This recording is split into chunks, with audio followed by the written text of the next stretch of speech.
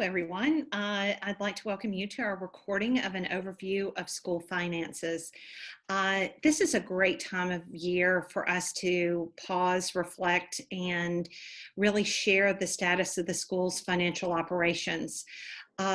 This has obviously been an incredibly interesting year with COVID-related expenses uh, racking up. There was really no way to plan for a pandemic when our board of trustees set tuition back in January of 2020, just over a year ago.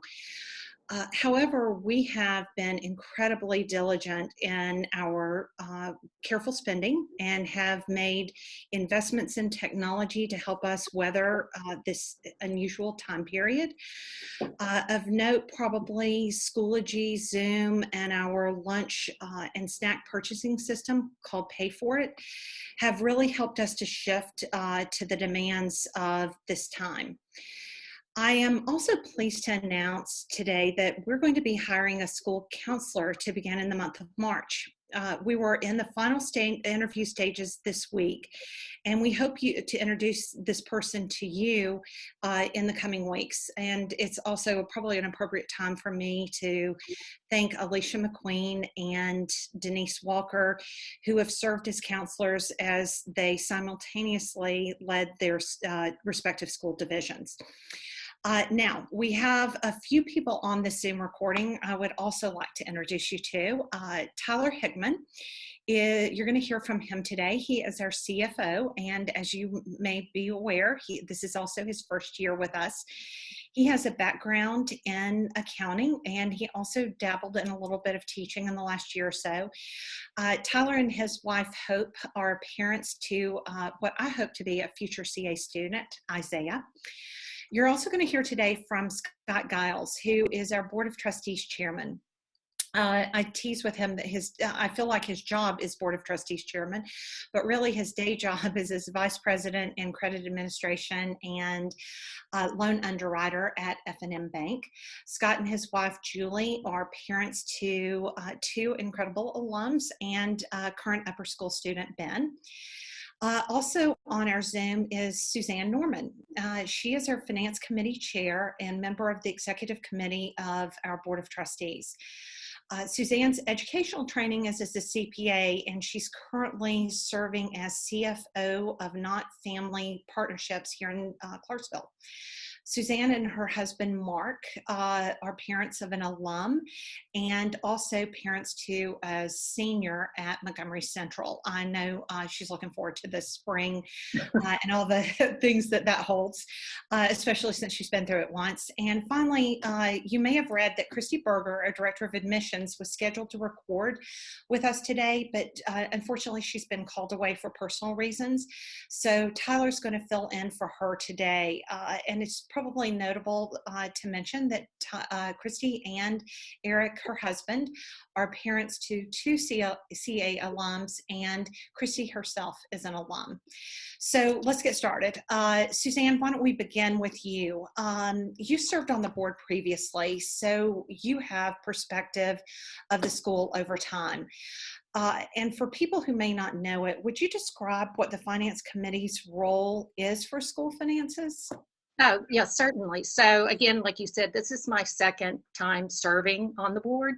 I think the first term was around 2013, 14, something like that.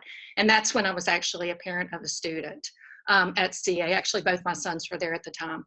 And so I rejoined in 2019, interesting time to rejoin the board, just as a person who just wants to give back to a school that I just believed and love dearly. It's been very kind to my family. So as the treasurer, I lead the finance committee, which consists of Scott Giles, who you introduced, also Michael Wallace, and who's the secretary of the board.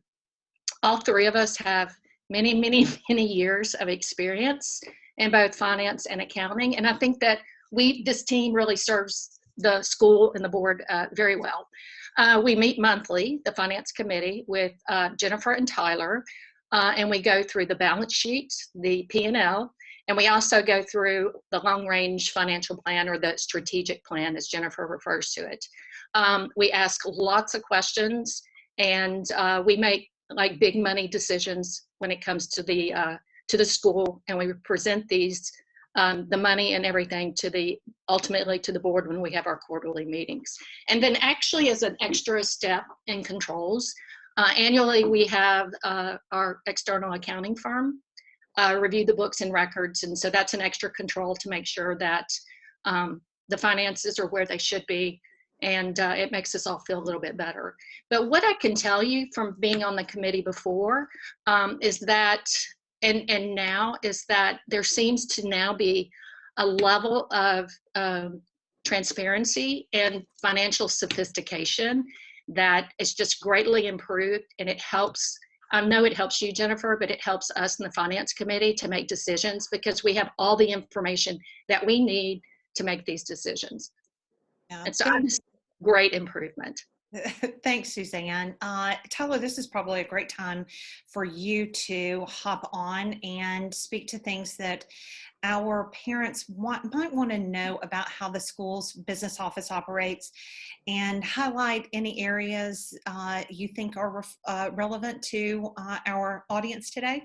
Yeah, absolutely. Hey, everyone. Tyler Hickman. Nice to meet you guys. I know Julie Whitlow is a face that you see kind of in a normal stance, but I'm upstairs in the business office, and I look forward to kind of meeting you guys as some of this pandemic, passes. But really just talking about some of the policies and procedures, that we've kind of put in place. We've switched accounting systems since arrival, and just trying to help in terms of our invoicing for our parents, invoicing specifically month to month as opposed to prior methods, so we're trying to get a invoice out via email each month, preferably prior to your due date, so that everybody stays on track.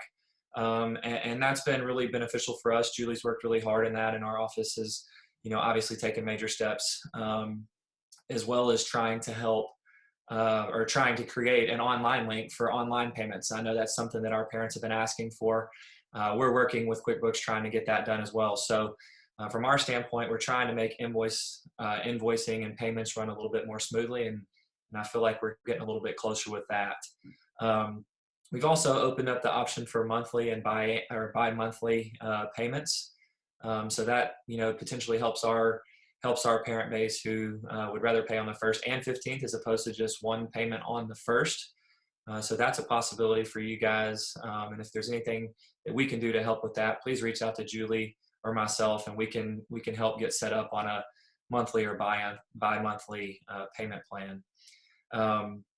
We as an accounting department have chosen to not only review with the finance committee, which has been majorly beneficial for all of us, but we've also taken the major steps to send out our monthly actuals, so our budget to actuals. We do this on a monthly basis with our department heads, with our heads of school, our athletic director, just trying to send them information, make sure that everything is tracking the way we expect it to, make sure that in the accounting office that everything's been coded the correct way. And so, that means that we're also trying to be careful with our spending. We're trying to be very financially responsible, and making sure that everything that we're doing month to month, feeds in the right way. And obviously, we understand where we are as a school financially, and just trying to be financially secure there. That plays a major role in kind of that piece.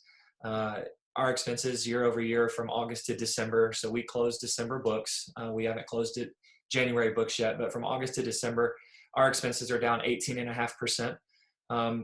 That shows a big deal of where we are, and where we're trying to move, just to be more financially strong as a school. One other thing that the business office has kind of implemented, and it's been around, but with COVID going on and the pandemic, is kind of the 30, 60, 90-day delinquent policy. So for a delinquent payment, and making sure, that our receivables are where our receivables need to be. We've done a great job over the last really 6 months, hammering out our accounts receivable. It's in a solid place right now. But at the same time, we're also planning on holding up this 30, 60, 90-day policy in greater strengths over the coming months. So you'll be receiving or have received that policy and what it looks like. It's basically a 30-day warning, a 60-day notice, and then a 90-day suspension or expelling, depending on where you fall, and how the policy works and what your communication has been with us. So for us, that's something that we're really focusing on to try and hammer out. As you guys know, as businesses run, money in is the way to do it, and we've got to make sure we're staying on top and everybody's paying at the appropriate time. So that's just one of the things that as a finance committee and board and also the business office, we're taking a major investment in. Kind of going into the strategic financial plan, Suzanne mentioned it a little bit. The strategic financial plan, we feel really confident about it and where we see ourselves 5 to 10 years down the plan. It is a 10-year plan. It does allow us to pay off debt. It does allow us to improve facilities. It does allow us, to make our teaching, roles more attractive for outside teachers looking maybe to come to CA and, just really help us kind of grow our teacher base and kind of grow what we believe in terms of what an ideal teacher is. So for us, the strategic financial plan is, it's crucial in reaching our goals. I would say this is probably the best. And again, I've only been here since July, so this may be a little bit confusing for some.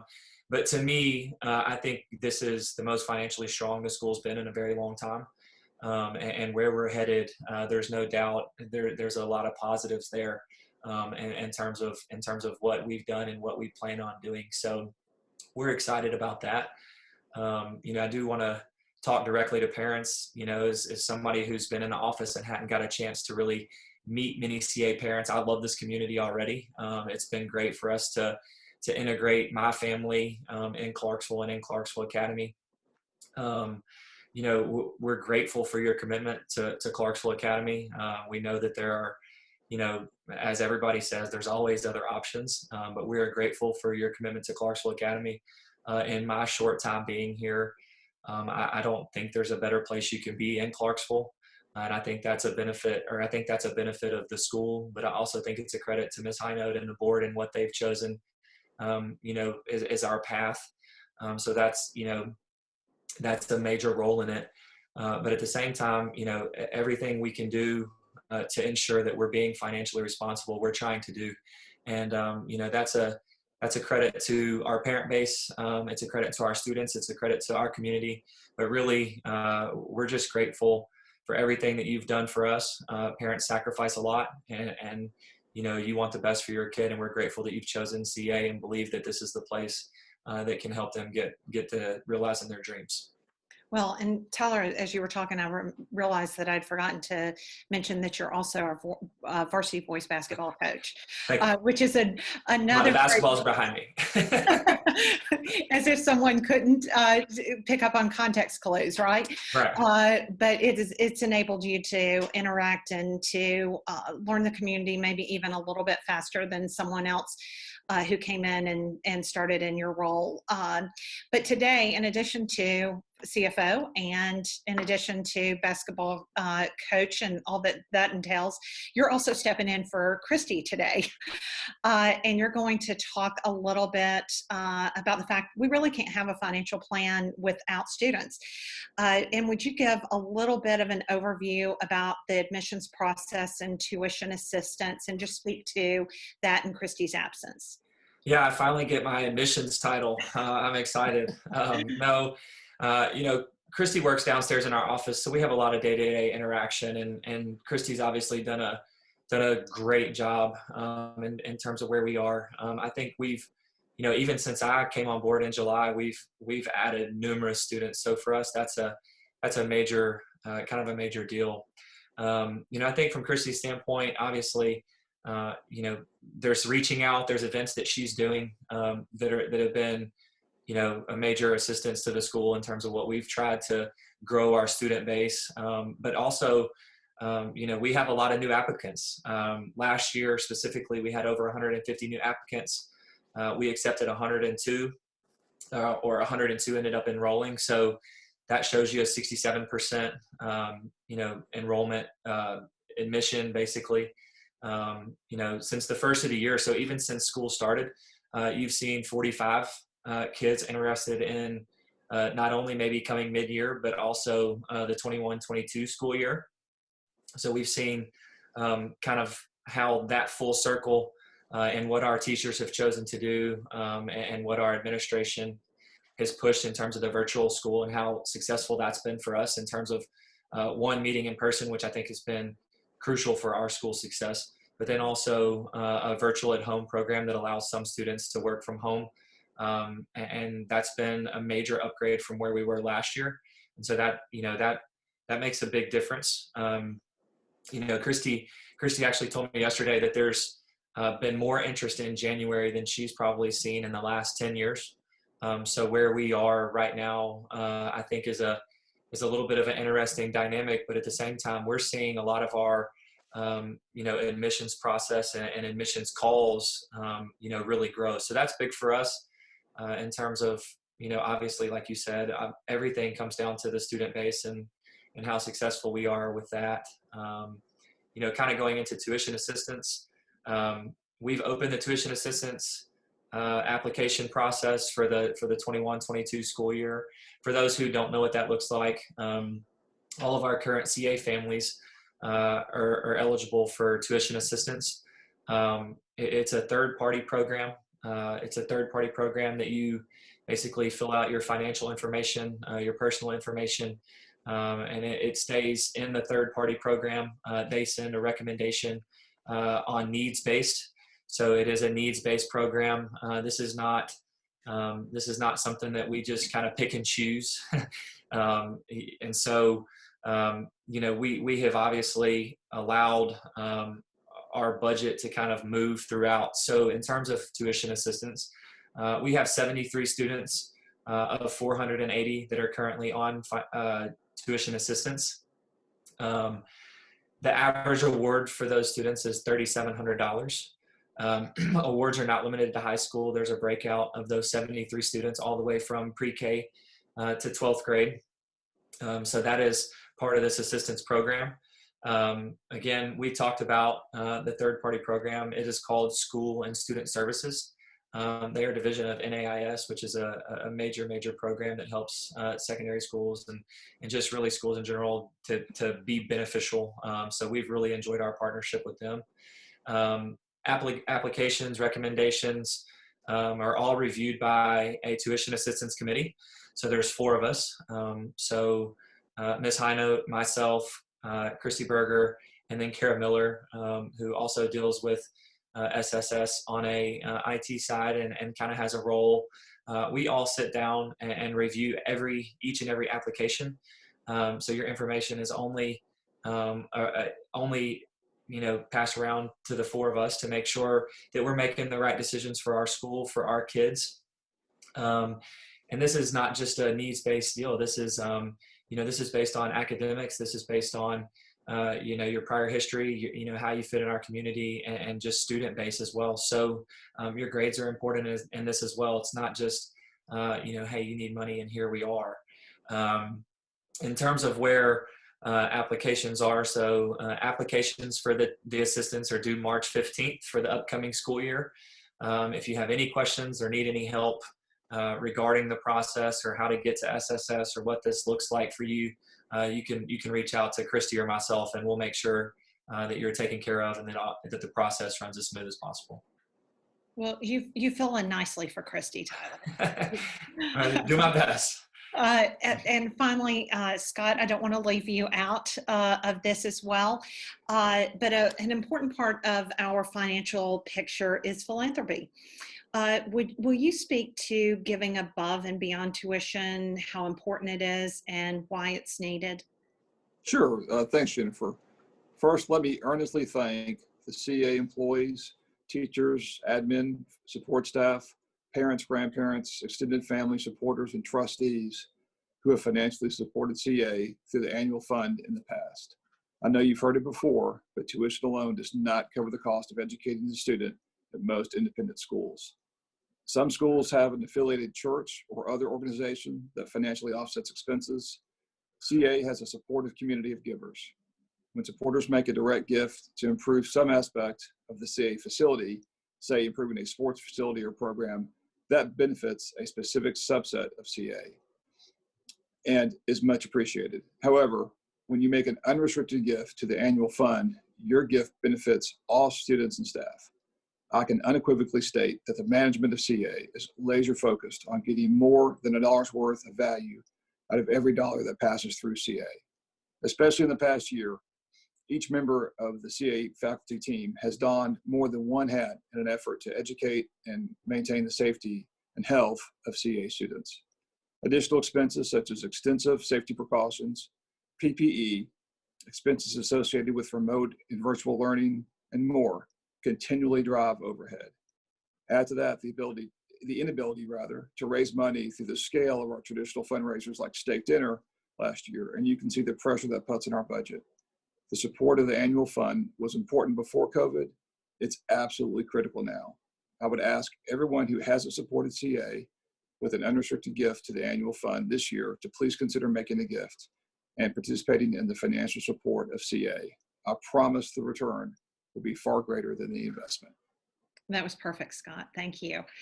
It's probably an appropriate time for me to close us and to just acknowledge the rich 50-year history that we've inherited in Clarksville Academy in 2021. We're grateful for those who've come before us and led us to this point.